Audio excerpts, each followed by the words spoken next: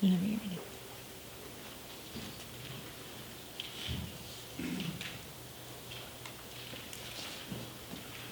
Take the bass away from your favorite pop songs and rock songs, and we lose a layer of melody. We lose the glue that often holds the rhythm section together. Hi, my name is Daniel Miranda, and I'm here to tell you why the bass guitar is an important instrument. Now, you may be asking why I may have done this project. I did it because I found interest in the bass guitar recently, and I wanted to, and I found a good way to put it into a project, so I thought I would do that. Now, you may be asking yourself, well, what is a bass guitar? Well, the bass guitar, right here, is an instrument. It's a guitar that plays at a deeper pitch than a normal guitar does. And many instruments do have a bass variation. Like your violin has the double bass, which is this tall, more or less. Like here, I don't know. And it does play lower notes. And the sound is more like when you're playing loud music in your car and your car vibrates. That's what I'm going to call bass.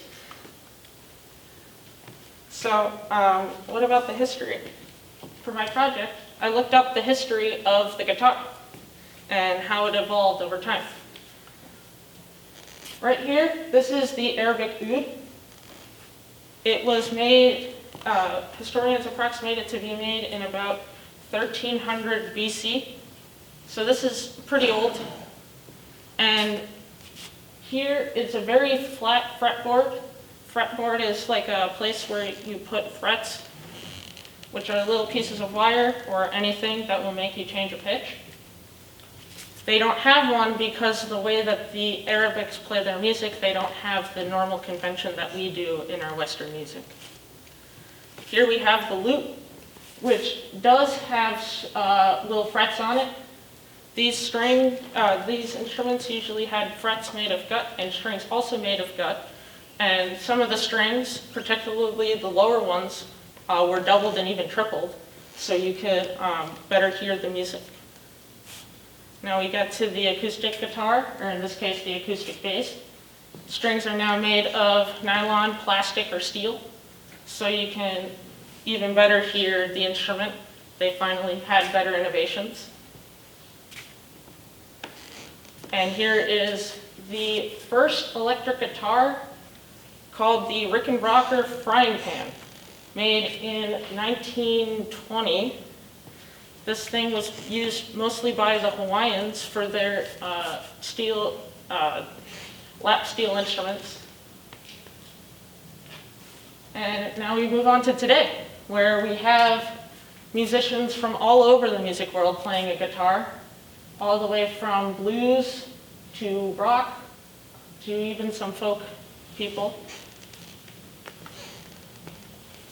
Now, for my project, I learned how to play the bass guitar.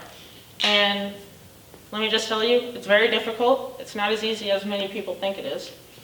I also went to a museum in Phoenix, Arizona, where they had instruments as tall as about 12 feet tall to about as small as a couple car keys, about a foot. And they had instruments from everywhere. You name a country, they probably had an instrument from there. It was actually really interesting.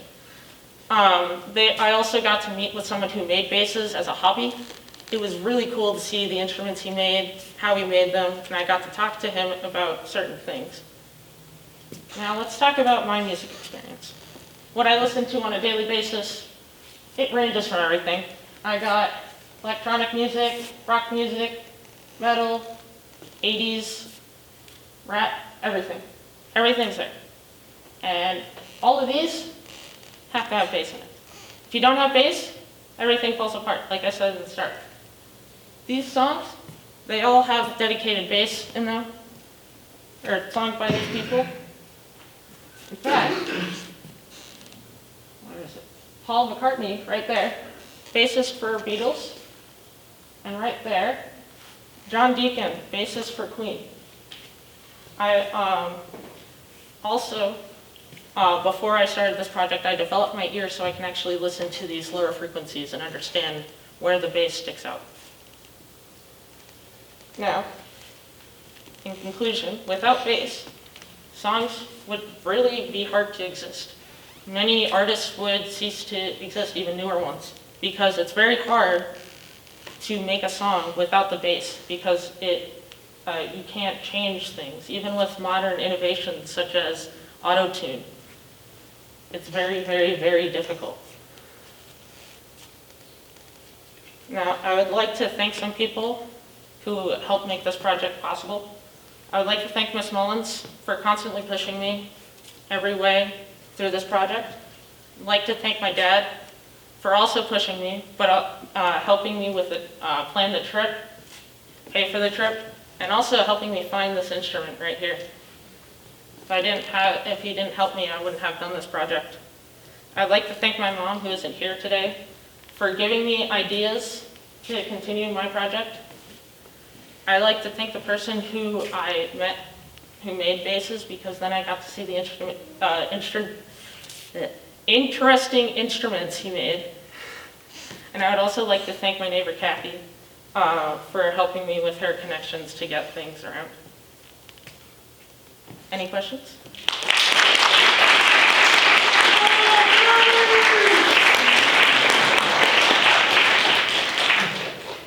Yeah? Do you continue to, are you like planning to continue learning the bass and getting better in the future? Oh yeah.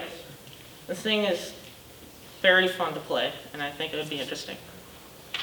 Yeah? Is there a go-to song you like to play on it? Good question. What's your favorite kind of music My favorite kind of music right now? right now? Metal. You know Right now what is metal. You know what? I like lots of music. I love listening to music with headphones on. Yeah? What made you choose to learn the bass guitar over other bass instruments like a tuba or a trombone or a contrabass? I found this one more interesting because you can put it into any song you want. You can put it into jazz, you can put it into metal, you can put it into rock, you can put it into pop, you can put it into rap. It can go anywhere. And I felt that was going to be more interesting. Luke? How do you feel about bass music? That's a good question, and I'm going to say they go way too far. That's it. That's all I'm going to say. They go way too far. Any other questions?